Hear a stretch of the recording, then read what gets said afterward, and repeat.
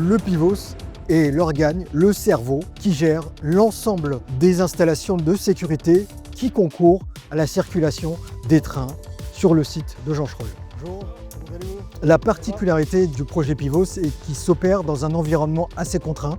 On a le maintien obligatoire de l'exploitation et on est en interface forte avec un autre projet qui est le projet OP6 et pour lequel nous devons opérer une coordination sur l'ensemble de la durée du projet.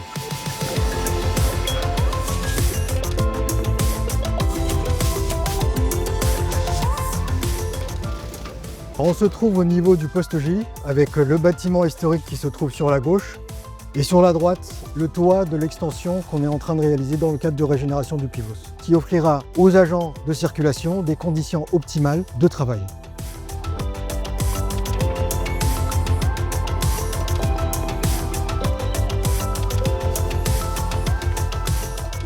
On se trouve ici sur le site du shelter du centre A. Il est l'interface avec le poste principal. C'est la deuxième partie du cerveau du PIVOS. Salut Sophia. Bonjour Mohamed. Ça s'est bien passé du coup l'opération? En 2 nuits, on a réussi. Le plus grand enjeu, c'est de réussir à faire ces travaux dans les délais impartis. L'opération qui était très importante et très attendue, c'était le grutage du shelter, parce qu'on touche à des installations de sécurité. Donc il fallait demander des interceptions sur la partie voie et caténaire. Avec tous ces travaux, il faut être vigilant sur tous les aspects, que ce soit technique et sécurité. Là, il y a l'inauguration du microtunnelier, donc on va y aller, je pense que c'est l'heure. Okay.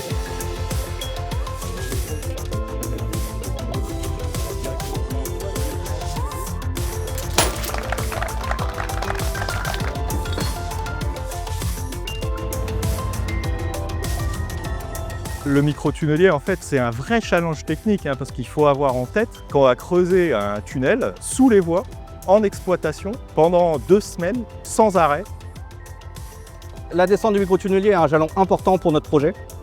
C'est une étape sensible qui nécessite beaucoup de préparation.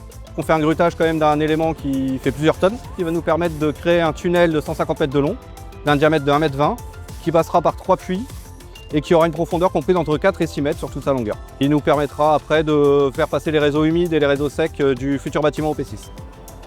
C'est un travail d'équipe entre les différents parties prenantes d'un chantier comme celui-ci.